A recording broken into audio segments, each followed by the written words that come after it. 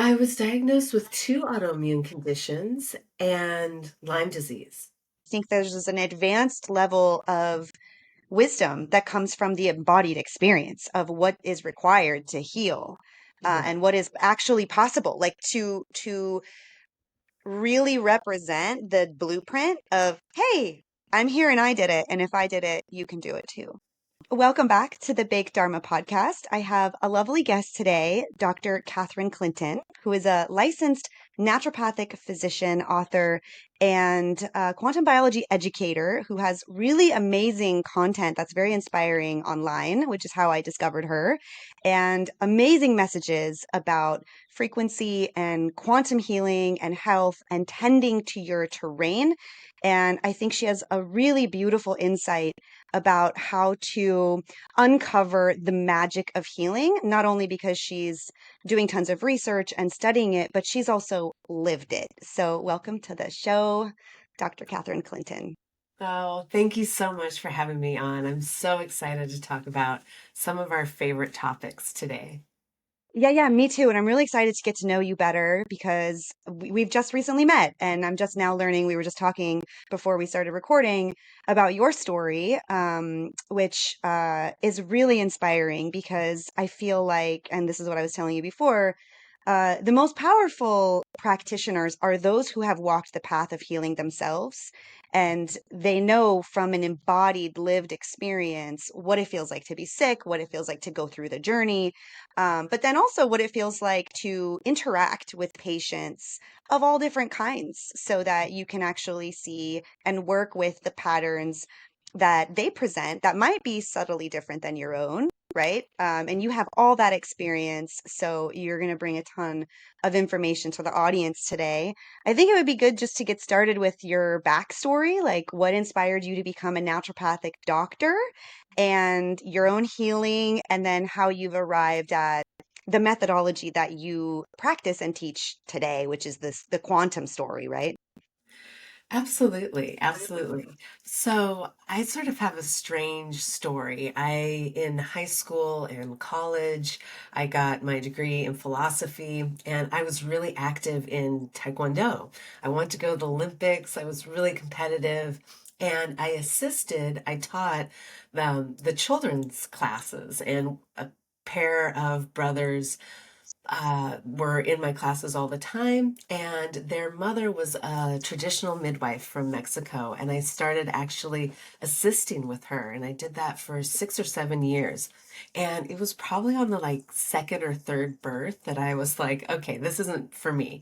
I'm not a midwife. They are incredible people, but definitely it's a calling. But it was like a church to me, and the power of natural medicine, the power of the mind. She now is a quantum healer, is what she calls herself, and does a lot of energy work. But that's what she was doing then, right? There just wasn't that name for it. And Hmm. so that was like, okay, what do I do? I really want to pursue this, but I want something that is closed in the evening, right? I don't want to Hmm. be on call at all hours. And so that's what led me to naturopathic medical school. So I had to go back and do all my pre-med stuff because I avoided that in my undergrad. And then it was in naturopathic medical school that I got really sick. I was diagnosed with two autoimmune conditions, Hashimoto thyroiditis, which affects the thyroid gland, ulcerative colitis, which affects the GI tract, and Lyme disease. And so it was through that I came to learn about quantum biology or just sort of an expanded view of how to heal from a natural perspective.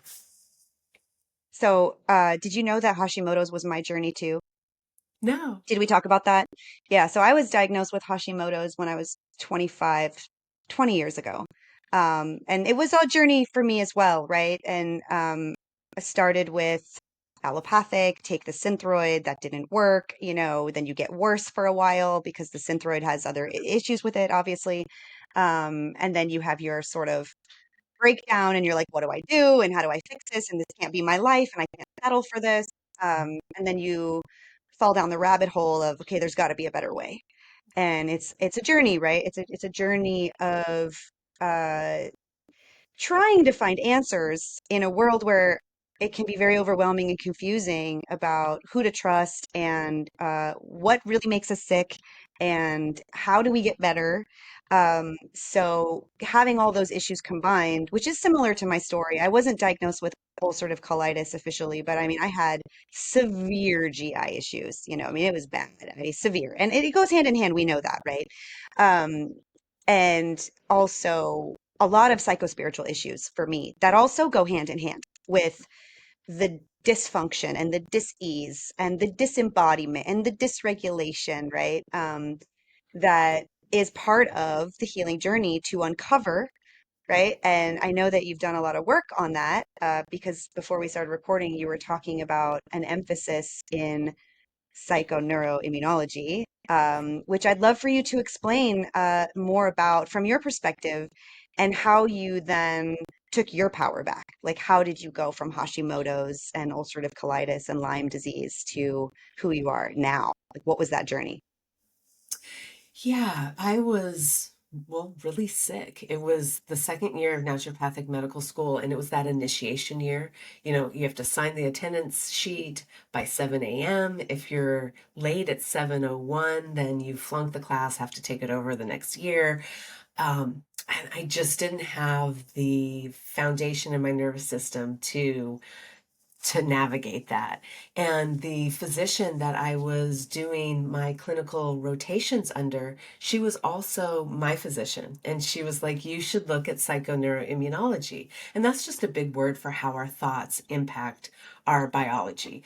And at the time, 20 years ago, it was kind of really out there. It's gained a lot of acceptance now, and we're starting to see the appreciation for it now. But at the time, it was like, oh, thoughts impacting our Yeah. biology. We're just machines. Like, how can our thoughts affect that, right? And I was really hesitant at first because I could see that in the patients we were seeing. She saw a lot of cancer patients, a lot of really, chronic diseases. And it was like, oh, yes, of course, that person's thought process is impacting that. And we saw that both in their disease state, but in their healing as well. But I was hesitant to do it with myself. It was like, open that Pandora's box and while I'm in school, like, you got to be kidding me. But of course, she was right. And at the time, I was sort of obsessed with mitochondria. 20 years ago, this was like super new, this understanding that our mitochondria are more than just powerhouses, and their ability to create ATP and charge is really tied to every modern disease out there, right? Yep. And it was so exciting, and I was a nerd, so I was pretty convinced, like, okay, like my healing is going to be found in this.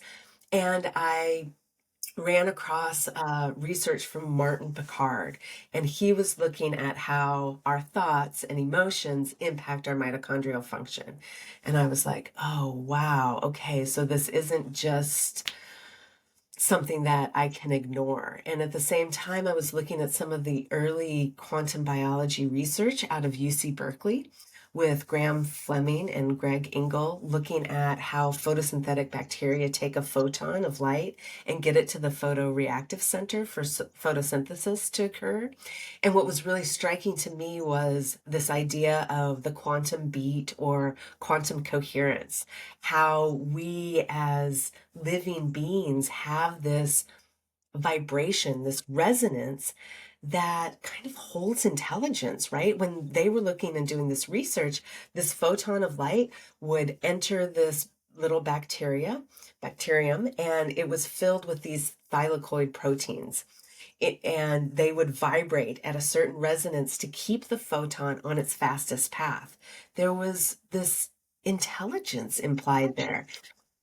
And it completely blew my mind. I was like, oh my goodness, like I've in school, we are learning about lifestyle and the importance of uh, circadian rhythm. We're talking about supplements and diet and herbal interventions, and all of that was wonderful. But this idea of energy and frequency and resonance in the body and coherence and how we can guide that with our thoughts completely blew me away. And it still does. Still does for me too. Yeah, totally. Yeah, when I started to feel the shifts within myself as I was changing my perspective, changing my breath, changing my fascia, changing my orientation to my reality, um, it became more and more mind blowing with every subtle change that I experienced. Every time my perception widened, every time I dropped into my heart, right? Like every time I could feel my nervous system change, right? With every pause between every breath, right? Like in the subtle energy and the subtle perception, it just became more fascinating to me. But like, what is happening to me? Like, how is this happening and why? And then I was teaching at the time. I had a yoga studio and I was teaching, and I became very interested in how can I teach this to others, like through the practice? Like, how can I make their experience more transformative and more powerful without confusing them or giving them too much information. And what I have observed is the miracle of the work in its most simple form is that it works when you do it, even when you don't understand why. If you just show up and do it, it's really powerfully transformative. So, what is it that you did in your own life to tap into that? Well, so I first had to recognize what was happening in my head, right? I had to recognize some of those internal dialogues that just kind of run that we become unconscious of. And just in recognizing those, it was like, oh, okay, now I understand why the inflammation has gotten so bad that there are autoimmune conditions and Lyme is appearing. And I think, with autoimmune conditions, we say, oh, the body's broken, it's attacking yourself. And it's like, no, the body is acting completely reasonably. It's doing exactly what it should if there is this high level of inflammation. And inflammation's great if it resolves, right? We need those inflammatory processes, but then we need to resolve them. And autoimmunity is just not resolving them because the inflammation's there. And recognizing how my thoughts contribute to that was mind blowing. It really opened the door to, okay, what am I going to do now? And I really used a lot of being in nature, and I used a lot of sound. I used self-generated sound. So you would find me humming, chanting. I mean, I did this hours and hours a day. I did it under my breath, so many different places. I was sort of like that nutty student who's always humming, but it was incredibly powerful for my nervous system to be able to accept that some of these trains of thoughts came from very early childhood. And just by embracing them, rather even rewiring them, right? At the time, it was like I was really, really sick. And Me the too. I relate to that. Yeah. Like barely functional. Yeah. Yes, barely functioning. And the idea of like, okay, let's rewire all of your thoughts. And it's like, I just, I can't even sit and meditate. My body is so uncomfortable, right? I Hmm. am unwell. And so I did a lot of walking in nature. I did a lot of humming, and I did a lot of acceptance that even though these things are happening, and even though those trains of thoughts are present and have been for a while, since for 20 years, I can move forward with acceptance and love. And that completely changed everything. It's so powerful. And yet, I feel like we live in a culture that is so quick to reject the simplicity of it. Yeah. And also there's this negative perception that like it's my fault. Like I did it to myself. I made myself sick. And I'd like to unpack that a little bit because yes, in some ways, but no in many ways, right? Because what happened to you is not your fault. The conditions that you were raised in, the transgenerational trauma and those kinds of things are definitely not your fault. Like you were handed this sort of deck of cards, you were handed your mitochondrial heteroplasmy, like you're handed these things. But what is your responsibility is when you recognize it, what am I going to do with it going forward? And knowing that you have the power to adapt and evolve and change. And like you said, rewire. So, how do you, now that you know all this and you've lived through it and you know like that it's simple but powerful, doesn't mean it's easy, but it's simple. How do you inspire your patients to take their power back in these simple ways when the conditioning is, okay, I have to exercise, I have to change my diet, I have to supplement. So how do you overcome that and inspire them to do these things instead? Right. I think that my patient visits they all really look like, especially in the beginning, creating a space for people to be heard and echoing back at appropriate times. I've been there too. I know how that feels. And I think that we don't recognize the power of coherence in one-on-one relationships, in doctor-patient relationships. The experience for someone who's dysregulated, who's really sick and doesn't have that internal coherence, for them to be in a space with someone that is coherent, that is actively working on their coherence right then. A lot of my patients do come in with a lot of trauma. I've worked with a lot of veterans, and I think what they're used to experiencing is if I do feel safe enough to open up, I'm either met with inappropriate emotional responses or exaggerated. And what I would do was, and still do, is just create a safe space. And as they're talking, if I feel myself being emotionally pulled in, I kind of pull back. I focus on my breath. I focus on my own sense of coherence. Sometimes they even create like a white bubble of light around me Hmm. because it's not that I'm detaching from that relationship. I'm working really hard to maintain my own emotional coherence while in the face of some really sometimes horrific trauma that's being told to Hmm. me, right?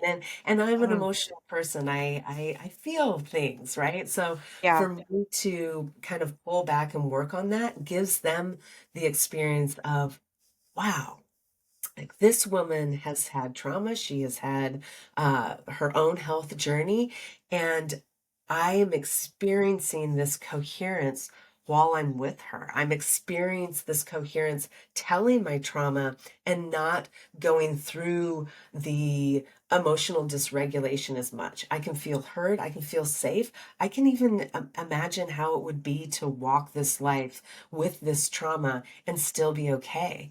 And so I think that that has really been helpful in the patients that I've seen. A lot of the patients I see are autoimmune patients and GI patients because that's what I dealt with. And Hmm.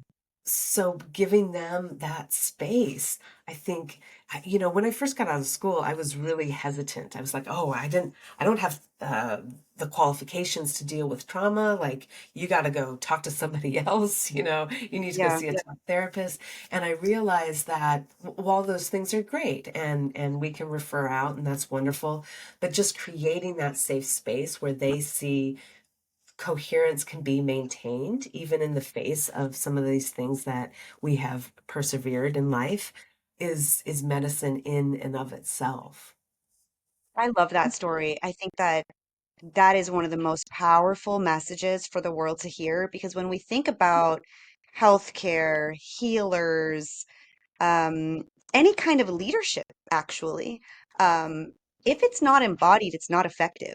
In my opinion, it's just not. And you have to also, and this was in Robert O'Becker's book, also, The Body Electric, that he talked about.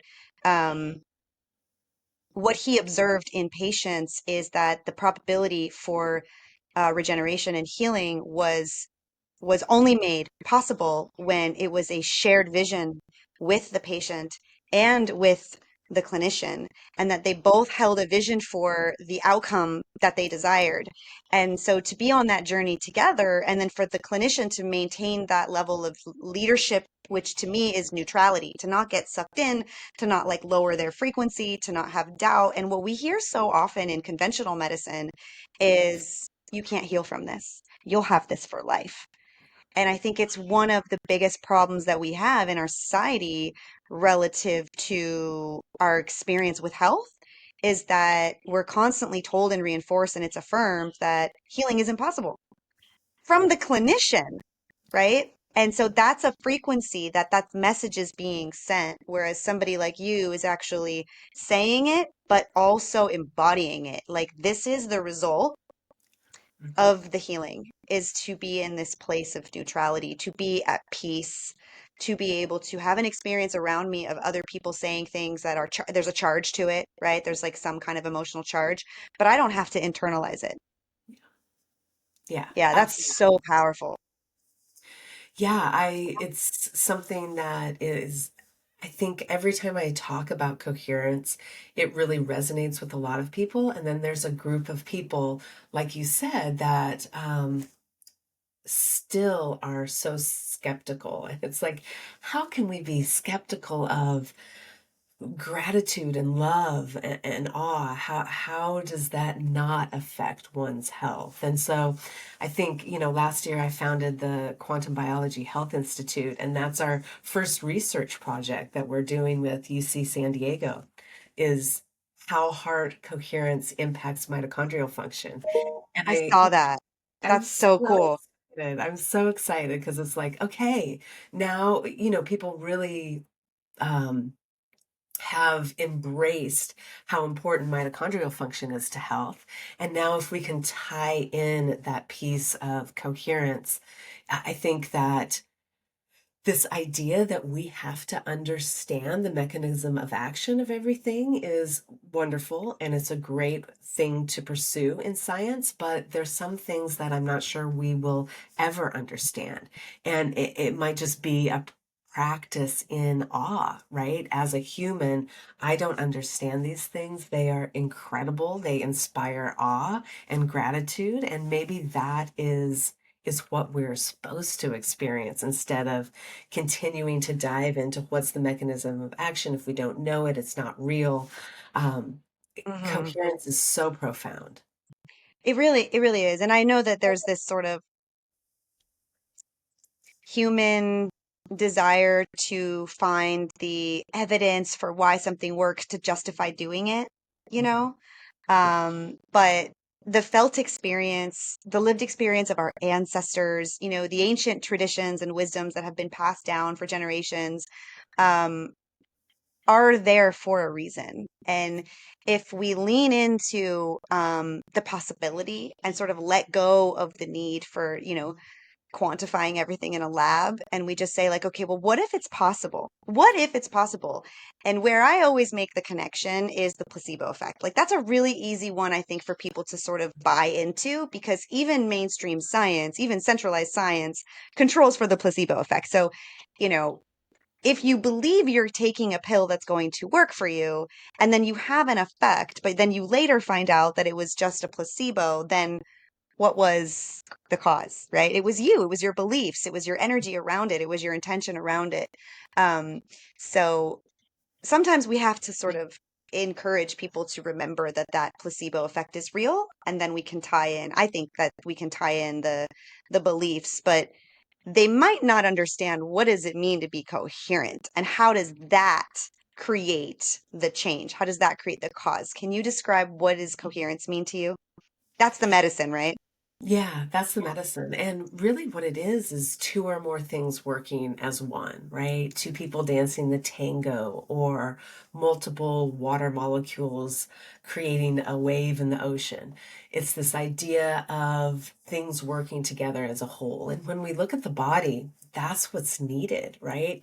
Every single disease, illness, symptom can be described as a symphony going out of tune or playing off of the music, right? So every different organ, cell, action in the body has its own musical tune. And when we're working under the same song, it's this beautiful symphony of biology, of health, of vitality. And when one starts to play off tune, it sort of leads to this incomprehensible music. And then as that happens, the other different players say, wait, are we playing the same song? And they start to confuse, and it becomes more and more confusing, and it just becomes chaos. And what we really need in the body is coherence. We need coherence, emotional coherence. We need coherence in a real biological way so that all of these actions that are happening on a chemical level, on a quantum biological level, can happen seamlessly, can happen Mhm. without the interference of things that are incoherent. Incoherence, where things can't work together as one, is really an obstacle or an interference the flow of energy and information throughout the body. And that's really what I love about quantum biology is, yes, there is this chemical model of the body. There is this mechanical model of the body. We know that, right? But it doesn't explain everything. And this idea that there is a resonant frequency that is being used throughout the body, that cells communicate in, that biological action happens under, brings us to a whole different idea of what it means to be healthy, how to address health, and coherence is at the foundation of that. If you can't work in coherence, that resonance can't work. There is a direct obstacle to the flow of energy and information in the body. So can we talk about like an example, a common example of emotional patterns that create incoherence and sabotage healing? Like what's a good example of one? Yeah, absolutely. Absolutely. I think, HeartMath Institute has done an incredible job looking at heart coherence, right? The idea of deep breath and focusing on feelings of love, gratitude, awe, positive feelings. But I think there's also this idea that we can't have uh, the full range of human emotions, right? Anger or grief, frustration. We're meant to have these emotions, but it's the friction that happens there, right? So when I get angry and don't just act upon like that message, anger has a message. And if we listen to it, act on it, and let it flow, and I'm not saying like act on anger, like I'm so angry, I want to do something bad. That's the friction, right? That's the friction is where we turn it into something else. We feel grief and we feel ashamed about it, or we feel anger and we feel blame. That friction, becomes that incoherence. It becomes that lack of embodiment, like you've been saying, or authenticity, where we're not being authentic. And I think that is a huge obstacle to coherence in the body. I measure heart coherence with an EKG. So I put 3 EKG leads on someone to look at their heart rate variability and their heart coherence. And it's a really sophisticated way to look at heart coherence. And I have seen so many people, myself included, who are experiencing what we would call negative emotions, right? Trauma, anger, extreme grief. And if they are letting that flow, their heart coherence is off the chart. It's that friction where we repress that emotion or we judge it that it becomes an issue. So I think that that's what I see with my patients most often is that there's an emotion that has been judged, and then we do something with that, right? We turn it into blame, or we repress it down, and it keeps talking to us, but we keep ignoring it. Whatever that might be, whatever we do with that emotion that we're in friction with causes this lack of coherence in the body because there's something we are not coherent with. We're not dancing the tango with that emotion, right? And once we do, then on the flip side of all those emotions, what's on the other side of grief? It's love. And if we can let that flow, then we come back to these traditionally, more positive emotions. But I think that a great example is somebody that isn't in coherence with their emotions. They have these negative emotions that they don't release, that they don't witness and acknowledge, and they repress them or they turn them onto somebody else. And that creates an incoherence in the body that we can see in so many different ways. I have never, ever seen an autoimmune patient that didn't have some kind of emotional incoherence or trauma that wasn't being dealt with. Never, not once. Yeah, I believe that. I 100% believe that. I think the psychospiritual component of autoimmune disease, the way that I look at it is that this is a war that's happening within you. And if that's not a spiritual problem, then I don't know what is, you know? I mean, you can't just bucket that out into like, well, the body's just doing something by itself, because this body is the vessel for the human experience and the soul, and the emotions are definitely a part of that.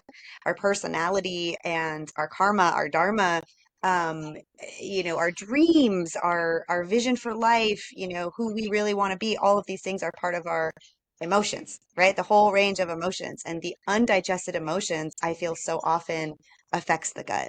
It's like it's this undigested, unprocessed, unresolved signal that I'm not safe to be who I am. I'm not safe to live this way.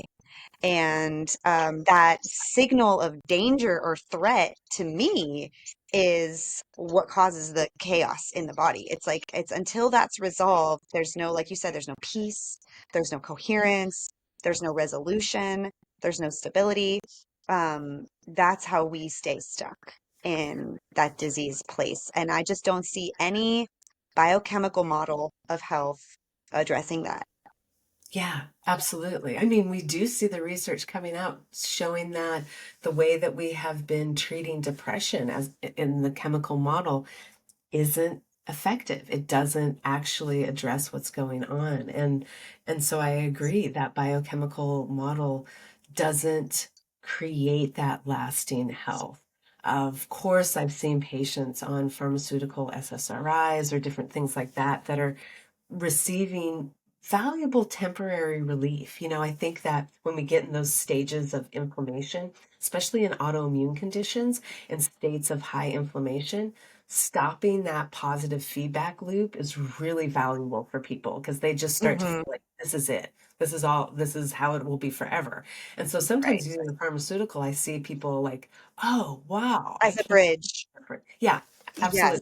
As a bridge. So, like, hey, Yeah. it doesn't have to be this way. And while you're doing that, we're gonna work on the foundation so that you don't have to do that long term.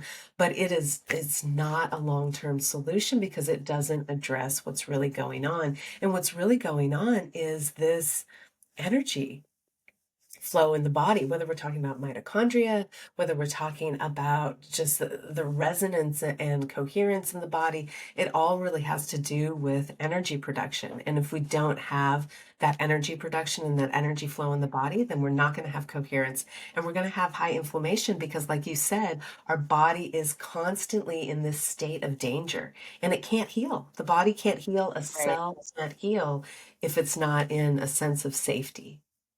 Right. The safety is so important, but also it's very energetically expensive to carry the load of whatever is undigested, right? It's like dragging like all your dirty laundry with you everywhere you go. That this like big, big, like what if you had like 20 trash bags, like heavy trash bags full of stuff? Like you would get exhausted carrying all that around.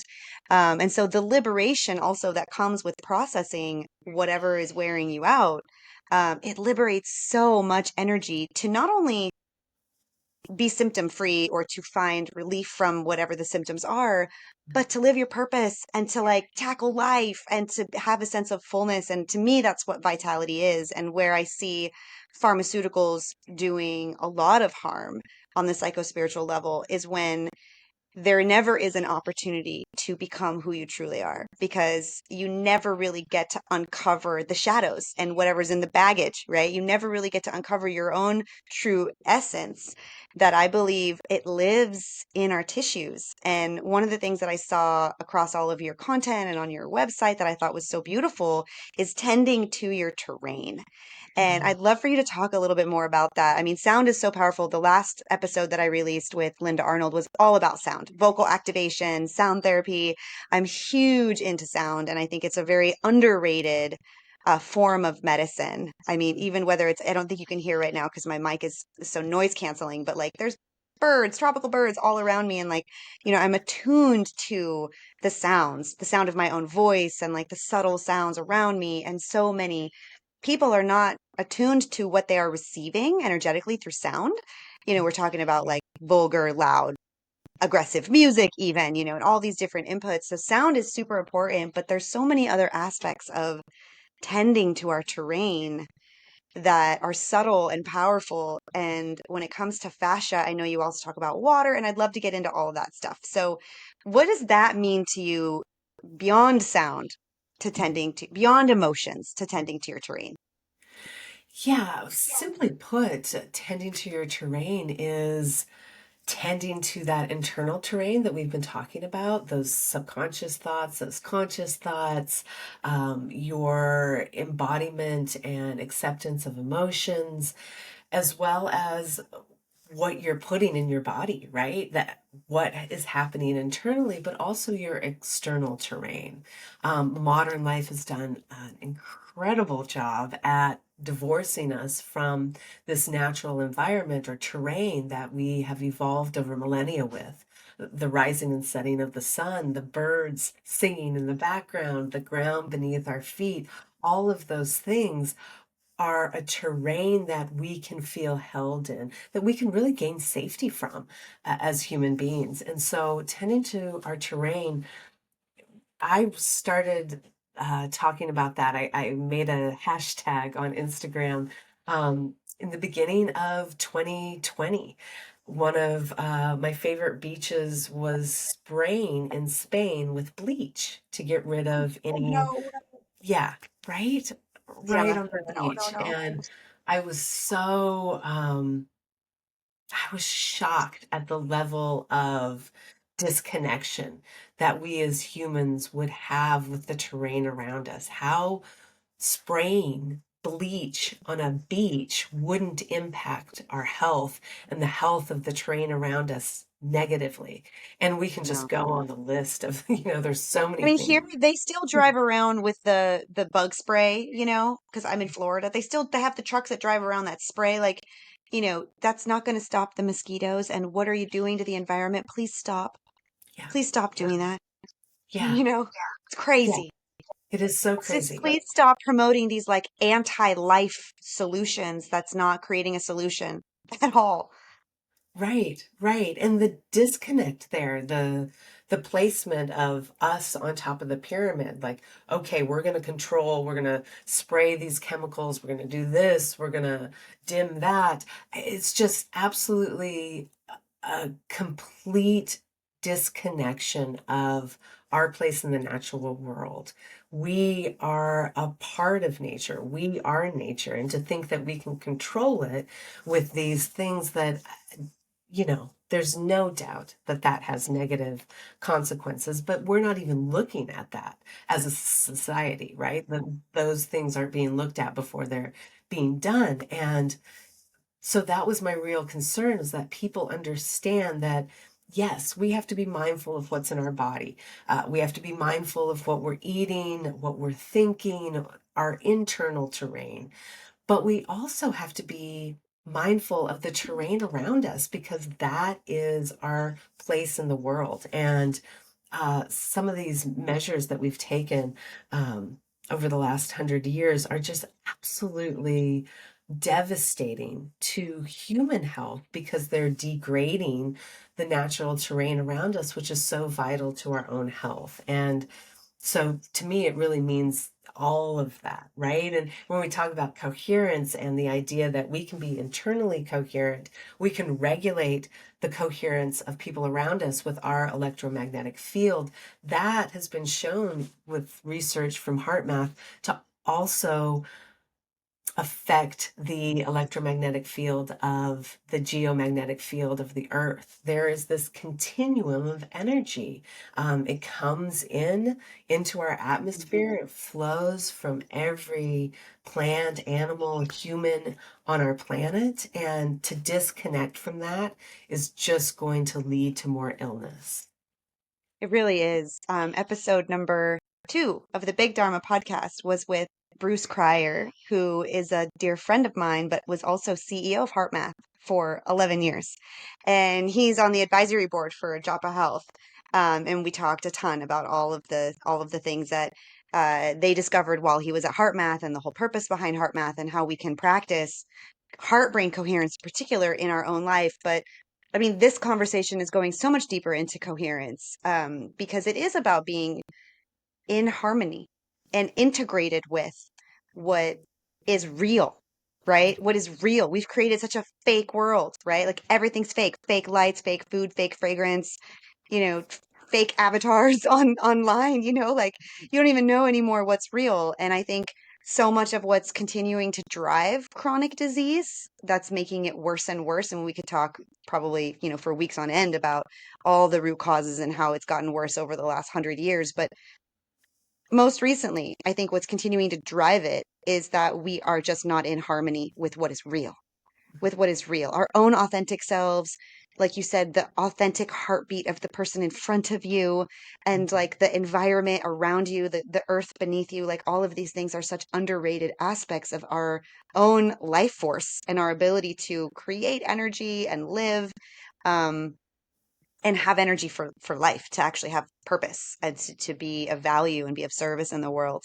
Um, so so fascia is part of that, and it's like this sort of magic ingredient in our living system that is such an important part of terrain. And I know everybody, most people, I shouldn't say everybody, because some people don't like to be touched or whatever, there's issues there, but most people know the feeling of feeling refreshed, recharged, relaxed, clear after a good massage, right? Like, I mean, it's a pretty common thing to enjoy a massage and recognize that it's healthy for you to feel good afterwards, right? But this goes so much deeper. And we can start to talk about things like it's piezoelectric and it's a quantum communication and there's all this water in there, right? And there's somebody close to me in my life who was considering having surgery for an injury. And I was making my best attempt to explain to this person that the order and coherence of the structured water in the body can either facilitate healing or not. And if you're having negative thoughts about this injury, then it's going to limit your ability to heal that area. And I think this is something that you're an expert in. And I'd love your thoughts on this because it is our terrain, but we have conscious control over it. And we can also mechanically manipulate it. And there's so many amazing properties to it that most people have no idea about. So, can you share your thoughts on the significance of fascia as part of your internal terrain? Yeah, absolutely. I love talking about fascia. In medical school, naturopathic medical school, it was that thin piece of covering that we would remove in cadaver lab to get at the real organ, the real thing, right? And we now know that it is much more than the scaffolding of the body. It does connect to every structure in the body, but it even can connect internally into the cells, right? Via integrins and different fibrils. It is creating this information system in the body. And when we look at fascia, we see that it starts on our external layer of our skin and it goes all the way internally into our most internal spots, like our bones. And this fascia, like you said, is piezoelectric. So when we deform it, just like a quartz crystal, it creates an electrical charge. And our fascia is incredibly designed so that it has this easy structured water or liquid crystal water that surrounds it. And Gerald Pollack and his work with fourth phase water, he coined the term easy water for exclusion zone water because this different phase of water is structured different. And as water in the body comes up to a hydrophilic or water loving surface, it changes its structure. It becomes more gel like, it becomes more viscous. It takes on, Pollock proposes it takes on a hexagonal lattice shape. And as one sheet forms against a hydrophilic surface, like our collagen or our fascia, it builds, it acts as a template for more sheets to build. And it's being built most efficiently by infrared energy and that piezoelectric charge. So when we move our fascia with movement or body work, like a massage that you were talking about, it creates that piezoelectric charge, which creates infrared energy. So this fascia, we can see in the research, Pollock did an incredible research study where he molded a collagen tubule. He immersed it in water and exposed it to infrared energy.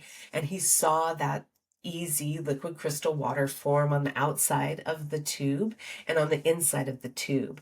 And when we're talking about our fascia is mostly connective tissue and it's mostly made of collagen.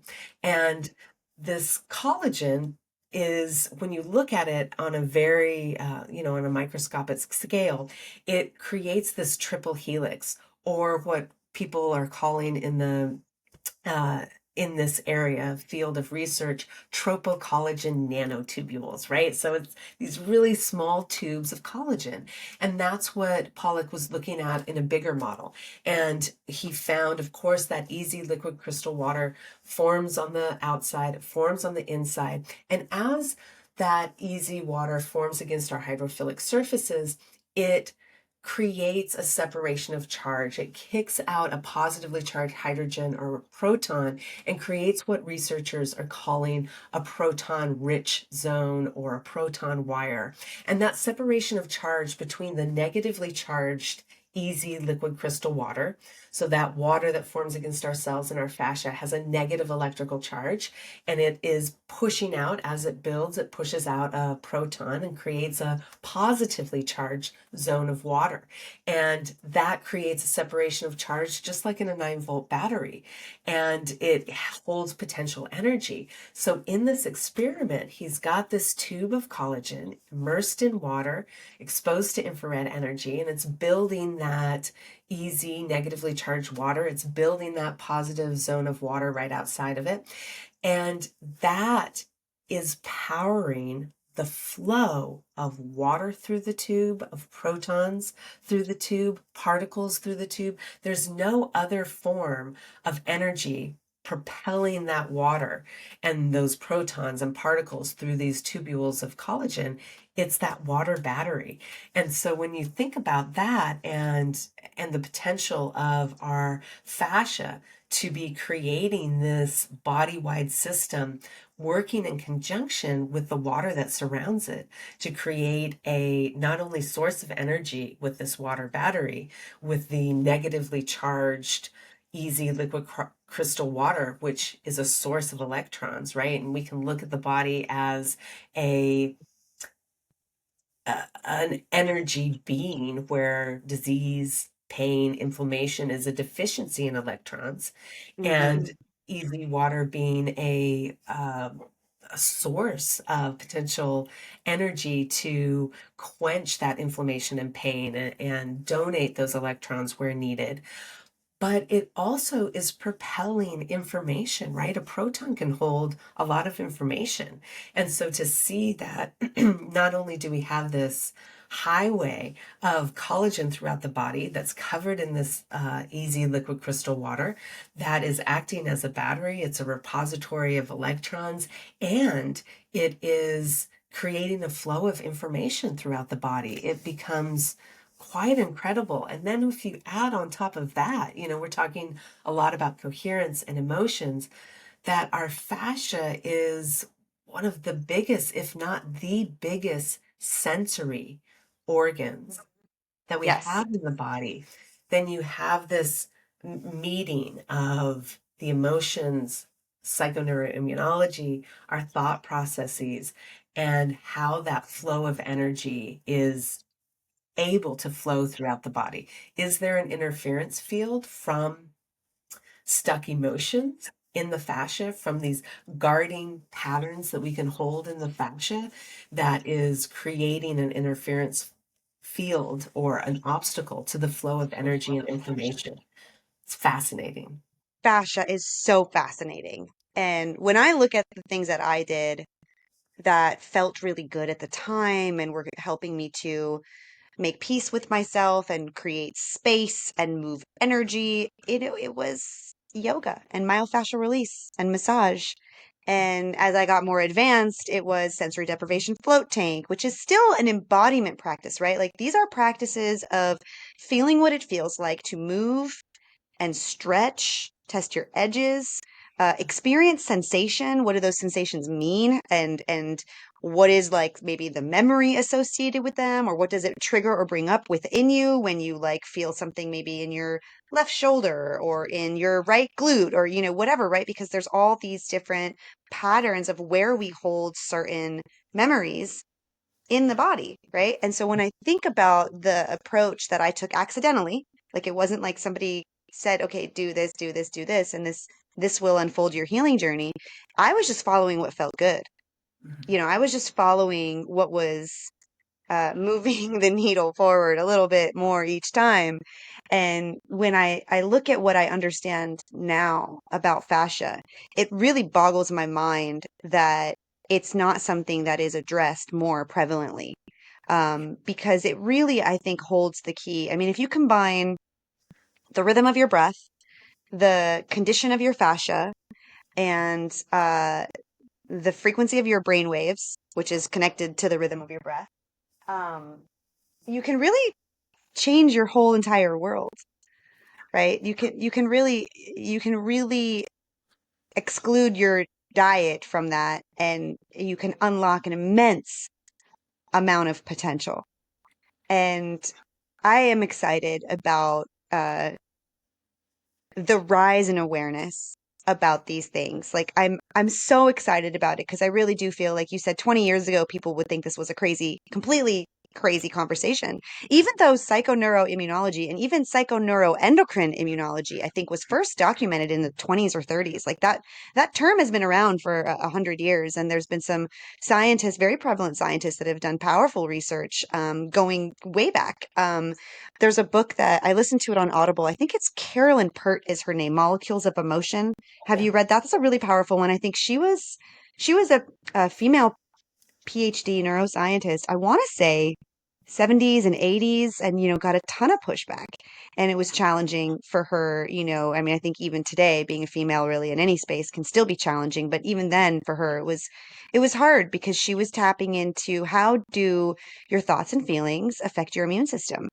Yeah. And I think there's still a lot to be understood about this, but like you said earlier, do we really need to understand exactly why and how it all works together?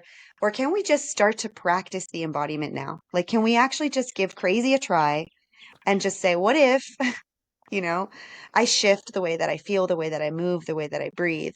And you have seen radical outcomes in your life, in your own health and with your patients too, which I think is all the evidence we need. Because if you look at mainstream health, we spend like over $4 trillion a year in this country alone, and we're not getting any better. Yeah. Yeah. Not with that model, anyway.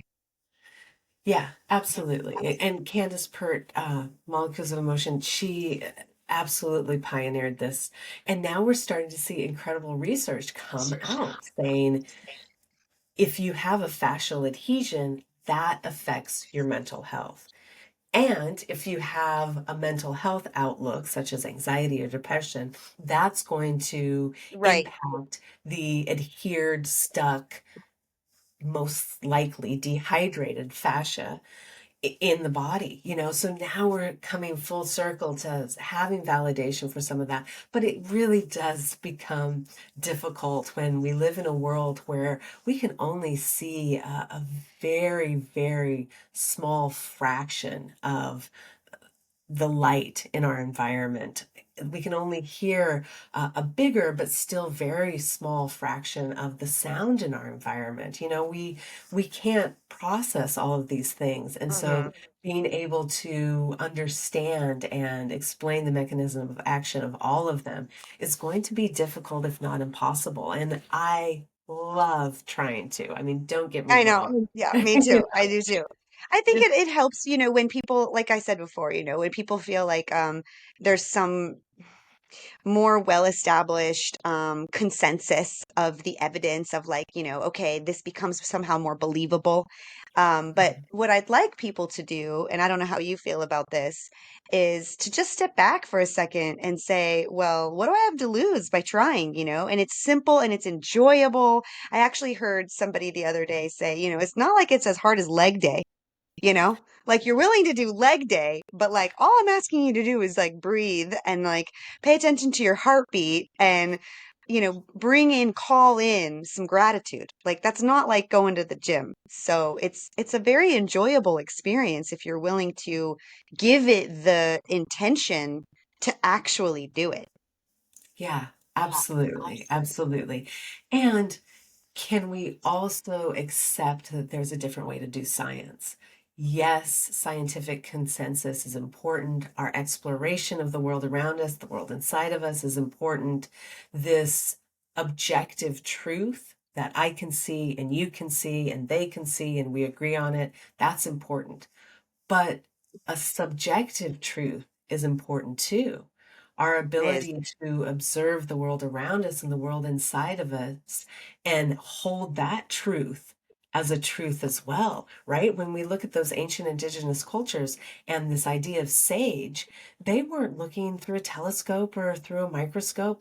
They were going out for months, sometimes years at a time, to cultivate a relationship with a natural area, with a phenomenon, with something that they could then, say, through this relationship, I know about this.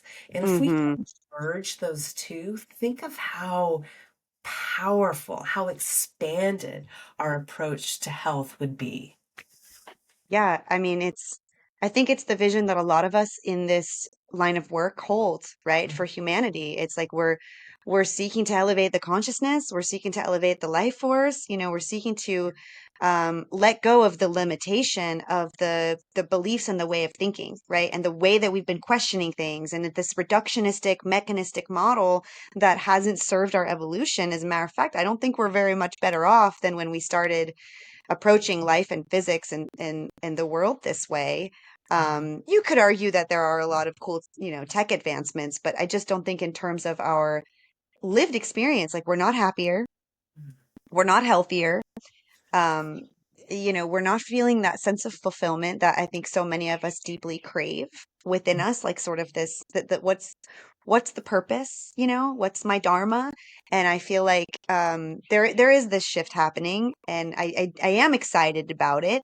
But there's a tipping point that has to happen. There's an inflection point. There's like a critical mass, I feel like, that we need to achieve in order to create a greater momentum in this direction because there's still resistance, there's still skepticism about it. But those of us that are willing to show up and say, call me crazy if you want to call me crazy, but this shit works. You know what I mean? Like, you know what I mean? And you can stay sick if you want, that's your choice. But for those of us that don't want to settle, that are saying, okay, we tried that and it didn't work. Mhm. So I'm willing to explore and experience other things that I might not fully understand yet. Yeah, And that's, I think, that the ask is that you will understand it more when it moves through you.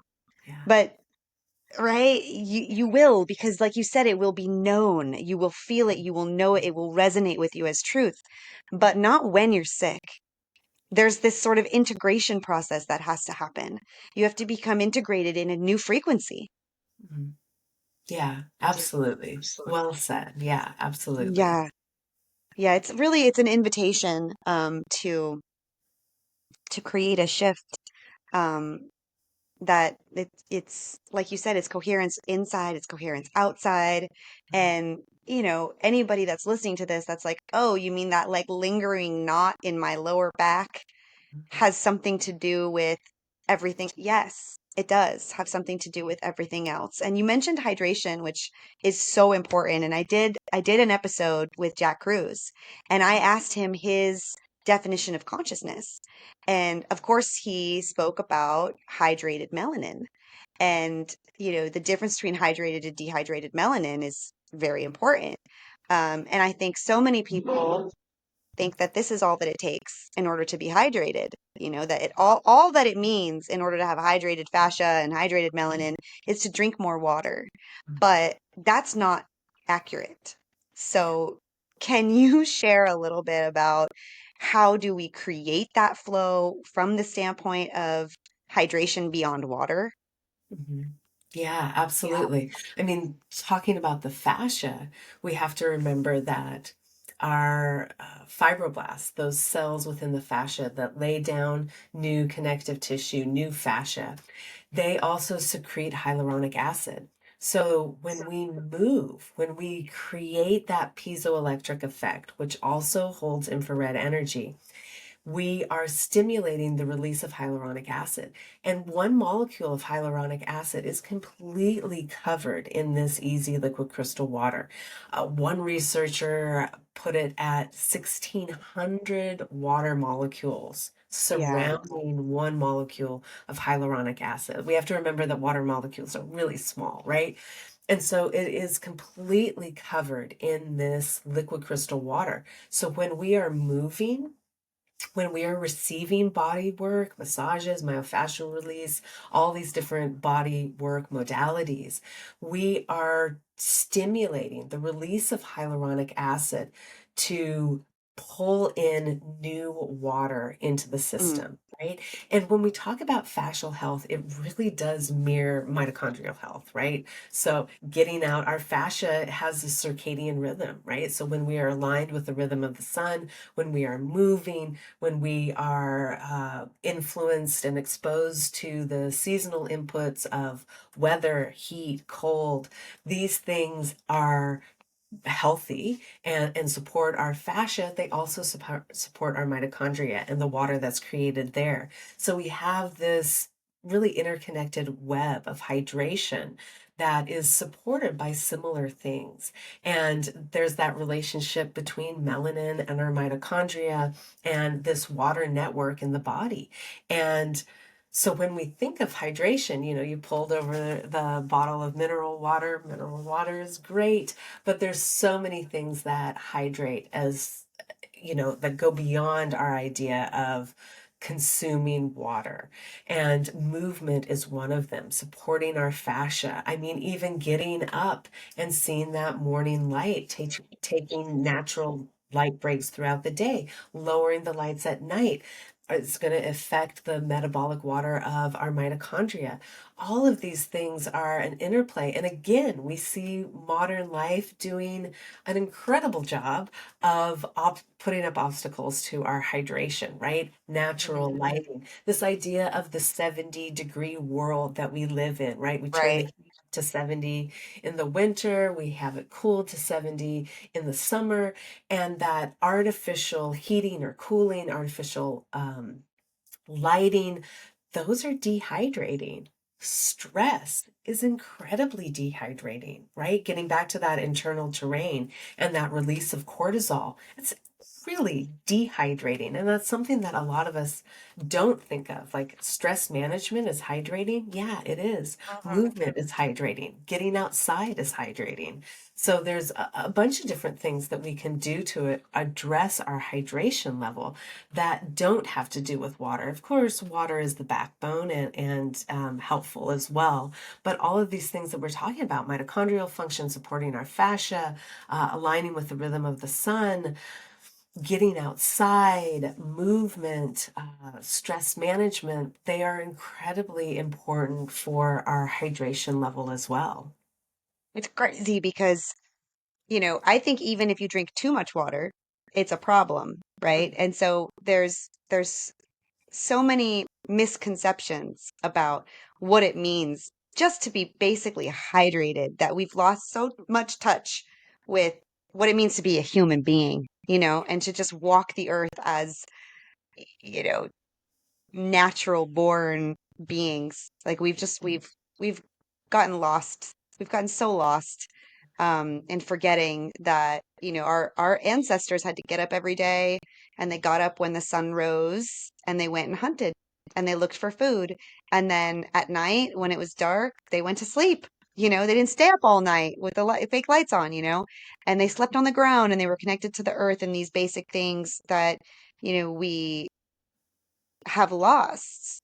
They're so fundamental, that it's like crazy that there's any resistance to it when you bring it up. It's like, oh, okay, well, you got to do this, this, and this if you want to be healthy, if you want to feel good. And then you're looked at like you're nuts, It's like, well, these are actually pretty basic things. Um, and of course, drinking water is important, but I have found that too, is that, the more I'm plugged into the earth and the more I am circadian aligned, the less I even need as much water. I don't get as thirsty, right? I don't feel that like desperate, overly thirsty feeling. Yeah. That doesn't come up for me. Absolutely. Absolutely. Yeah, definitely. Hydration is so much more than drinking water. And I think that I think this is a really important part because we don't always tie dehydration to health issues, which we should be doing. I mean, we are seeing in the medical field a enormous increase in histamine intolerance, in mast Hmm. cell activation syndrome, in these things that can be tied directly to hydration or dehydration, right?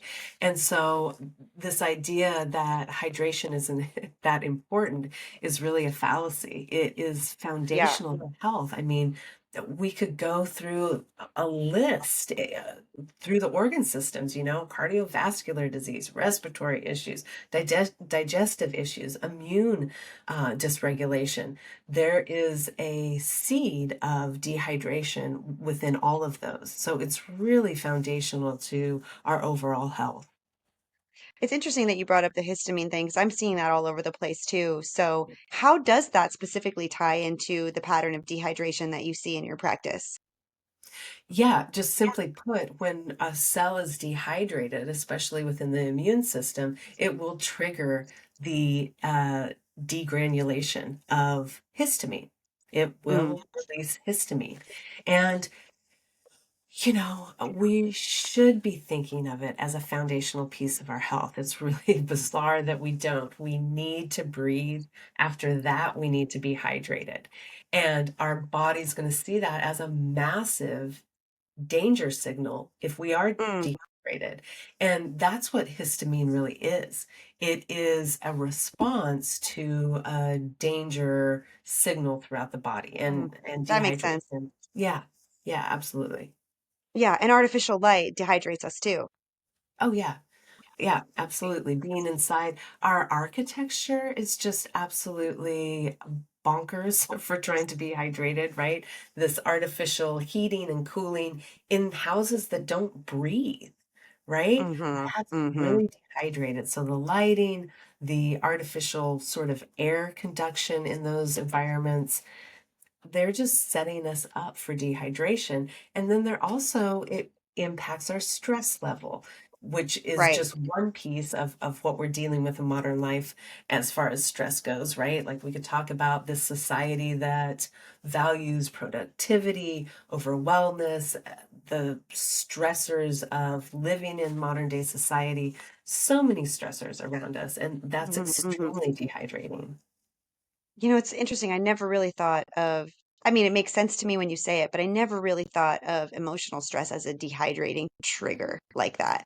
I never really connected those two dots, and it makes a ton of sense. And I even feel like probably from the rhythm of your breath, right? Like you're probably breathing more rapidly too, which is also dehydrating you when you're stressed. Mhm. Yeah, Yeah, absolutely. And we could talk about mouth breathing being right. dehydrated. breathing and nasal breathing being more hydrating.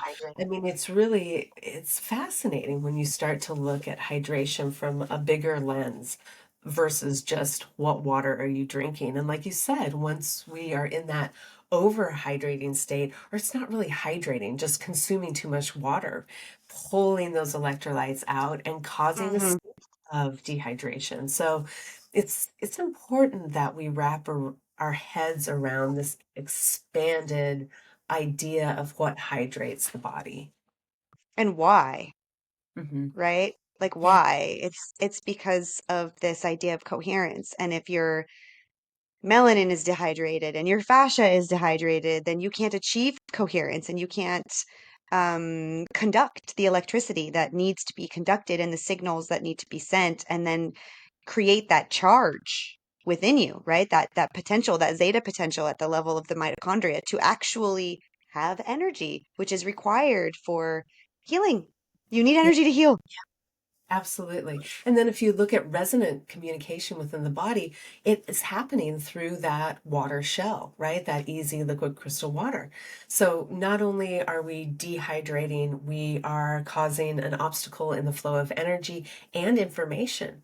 Things don't function properly without that water as this bridge for frequency, right? Is able to capture and store and emit that vibratory or frequency information. So So it's you mean vital. like between the cells, like the body isn't communicating with itself. Signals Mhm. aren't being properly sent if you're dehydrated. Absolutely. Yeah. So what do you recommend are like what's the easiest thing people can do if they're sick? Like what's step one when somebody comes to you? That's a great question. And I think step one for me is always back to that state of coherence, that state of safety, stress management. And that's not to say that I don't love everything else. And we have incredible tools when we approach health from a quantum biological perspective, even a chemicals perspective, right? What we're eating, the pollutants in our environment, the ability for us to detox our fascia and our lymph are so intertwined. So having that flow in that system is so important because all the toxins that we're looking at these days act as an obstacle to this flow of information, to the building of easy water, to the health of our fascia, all of these things. But for me, I would say the top one thing would be to start finding a stress management technique, start cultivating that state of coherence. And that can look like, sometimes I see patients that are really sick, and it's like you can do that in bed, right? When Hmm. we start telling patients, okay, go outside, ground in the morning, you're out there at sunrise or a little bit after, and you're doing this lift up and you're doing this, all these things. It's like, All the things. Yeah. you not see me? I am really sick. And some of them are wheelchair bound. So it's like this can be done anywhere. It can be Yeah. done if you're really sick in bed, and it will start to build that coherence and safety in the body. So what does that look like? Like drilling into the specifics of that. I mean, I can tell you from my perspective, it's really questioning my own beliefs and questioning the uh, emotions that I have around my life experiences and what I believe to be true about the world. One of the things that has been the most powerful for me is reframing my relationship with resources. So if there is, to me, I believe if there is a sense of scarcity, poverty of anything, whether that's love, money, support, self-worth, um, capacity to solve problems. Like if you just don't feel like you have enough of the things that you desire or need, to me, that's like the place where I have felt in the past the most drained and the most depleted. And when I uncovered that through shadow work and different meditative states by, suppressing the analytical mind so I could actually go deeper into what it is I think and feel and who am I at a subtle level. It was unpacking those things, those things like shame and the lack mentality and stuff like that. That's when I reframed my relationship with those things, but I think everybody has a different way of doing it. And I don't believe there's any one right way. Yeah. There's only one self to find, but there's a million ways to find yourself. So, what is it for you? Like, what does it look like to dig in? Yeah, for me, it looked like heart coherence exercises. It looked like chanting, humming, self-generated sound. It looked like qigong. Like I said, Mm, I couldn't sit and meditate at the time. I would just become too focused on the pain in my body and the yeah, dysfunction. So movement was really helpful. But that's what we walk through with patients, right? Like, here's the smorgasbord of yeah, options out there. What do you resonate with? What is the easiest path for you? And laying in bed, you can do heart coherence. You can slow your breath. You can see the difference of how a deep diaphragmatic breath feels after a couple minutes versus how some people might be breathing rapidly and shallowly, and not activating that parasympathetic nervous system. Some people love yoga, some people love qigong, some people love meditation, some people love walking, some people, I mean, there's so many different things. Some people love EFT. I, tapping. Yeah, I mean, we could be here for hours talking about the right. options, right? And that's really what I do with people is like, here is a lot of the options. Why don't you pick a couple and see what you resonate with? And and if those don't resonate with you, there's so many more out there Yeah, because, like you said, we're all individual, and getting to health isn't one road. There's multiple paths that can be taken. And so just opening up that conversation that you do have the power to regulate that piece of you, even if you don't have the physical health, even if you don't have the mental health, you can create a window each day, and that window will widen into a door, into a hmm, landscape, and just bringing that into that awareness, I think is so powerful. that's so true. It can start so small, like bite size, Yeah. just tiny little bite sizes. So if somebody starts doing that and they're integrating that, what to you is step two? For me, step two, I mean, do I get to cheat and say step two and three? Yeah, So I yeah. think What's the that process? Yeah, yeah. I, I love the circadian rhythm and I love nature, right? So pairing those together. And they kind of go together anyway. They do, right? Just finding safety and health in our natural environment and aligning our rhythm with the sun, getting that AM sun, getting light throughout the day, lowering the light at night, pairing that with nature, right? What's the light that's beneficial? It's outside. So go outside, Go ground, outside. Yeah. eat outside, Yep. take your breaks outside. I schedule calls. My team rarely hears me breathless, like I'm out there walking, hiking on a Yeah, trail. yeah. Yeah, I same. even will consult with companies, and sometimes the people have to explain to other people, like, this is just what she does. She's going to be Yeah. outside walking. Like, Yeah, it's like, yeah. I have so Japa Health is a venture-backed technology company, right? Like the foundation of what we do is rooted in this suggestion engine, and we have an online assessment that people take, and it's all the things we're talking about now that we assess for, and then we make recommendations rooted in psychoneuroendocrine immunology. And to build something like that, requires a lot of resources. I've raised a lot of money, and some of the people that I talk to just don't understand that I look different and move different and talk differently than your typical tech CEO. Like, I might be out here in my bikini in the sun, and you know what? Like, that doesn't mean I'm not capable of running a company, but I actually see it as something that I think if anybody wants to be a high performer, should be doing, right?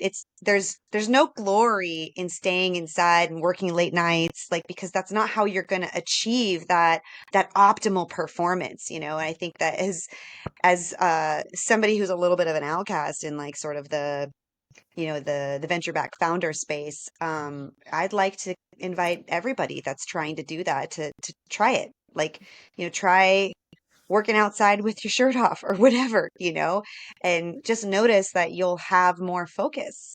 You'll yeah, sleep better. You'll have less stress. I mean, hey, it's an inherently stressful experience to be an entrepreneur or, a leader in any way, right? There's pressure, but I think it's more enjoyable and you're more focused and you're better at it. You're more effective if you're outside. yeah. Yeah. and there's no shame in my game. Like I'm out here all the time and I do investor meetings and, I talk to strategic partners and I'm in nature and I'm barefoot and, as much skin as I can exposed. That's what we do. Yeah, that's what we do. And it's healthy for us, and normalizing it is healthy for everybody else. So, Yeah, it's crazy because when I stopped, because I spent the first 10 years of my career working in offices for public companies and, doing finance stuff and wearing very tight clothes and like high heels and like, the power suit and all that. And when I stopped doing that, my feet changed so dramatically. And I wear like two sizes bigger of a shoe now. And it's not because my feet grew, they just spread and became functional and normal and I can actually like walk outside and walk barefoot now and be comfortable in my own skin, right? Whereas before I just never ever was. So that's so beautiful because I wish I would have done it that way. But that's not the order of operations that I did it because I was just learning and discovering things, as best I could, right? I had no help really. So the way that I went about it was step one for me was the gut, like really focusing on because I had had overuse of antibiotics. yeah. So I don't think that there's any right or wrong order, but I do think that if you start with the self-regulation and embodiment and finding that peace within you, and connecting to nature, that is probably the most optimal path to get there. But I started with the gut and then the self-regulation, um, and nature and then the circadian piece. That was the order that, yeah, but it was just because I was trying to figure it out, you know? Yeah. I Yeah. think that was the order for me too, right? Like I received Mm, a GI diagnosis. And so, and naturopathic medicine at the time was really focused on microbial balance. So there was yeah, lots of totally. parasite stuff, stuff that, Yeah. oh, um, Yeah. Take your probiotics, take your probiotics, take your probiotics, right? Your digestive enzymes and your probiotics. yeah, cleanses, parasite cleanses, and yeah, all that kind of stuff, which at times was the opposite of what I needed at the time. Yep. But yeah, Because it's stressful. It's burdensome. It's stressful. It's too yeah, shocking. It's, yeah. Yeah, yeah, yeah, yeah, yeah. Well, it's so wonderful to be connected to you and to get to know you, your story, your perspective. You're a really, really powerful and beautiful voice in this space, I must say. Like you're really truly authentic in what you described about holding space. I feel it. I feel that resonance from you. And that's something that is really needed and I respect and honor so much. And something that I myself focus on. And I think I'm good at it. Of course, could always be better at it. But is holding space and just, holding the line, holding the frequency, like remaining neutral, staying rooted in always gratitude and love. So thank you for being that and for showing up and for being here. I know you said before we started that you typically don't take new patients in your practice. But if people are interested in connecting with you, studying with you, being in your world, what does that look like? well, I love sharing this information. So, drcatherineclinton.com has a lot of free resources. That's where my platform, where I teach.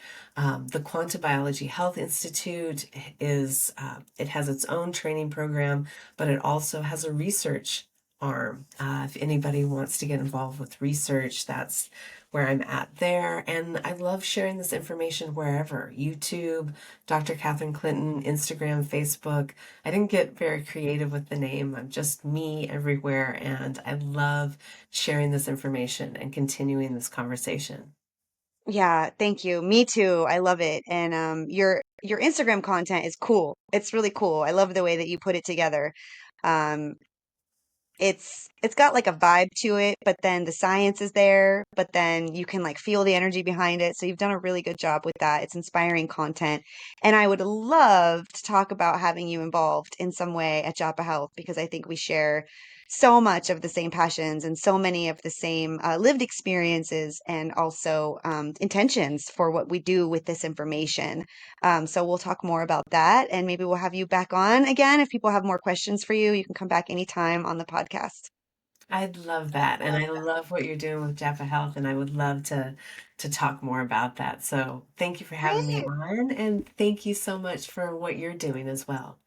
Oh, you're welcome. Yeah, it's been my life's work to try to reach as many people as I can and make this kind of information accessible and available for people and affordable. Because when I was going through my journey, when I was my most sick, it was really expensive to consult with experts. And, then we could talk and, get into the details about the insurance model and all those different things and the limitations and, the economics of health and healing. And I've just really been driven to make this information available to as many people as possible. So that's a big part of my mission. But what I'm going to do is I'm going to link all the ways in which people can find you in the notes. So you'll just send me everything that we can link to, and that way people can find you all those places.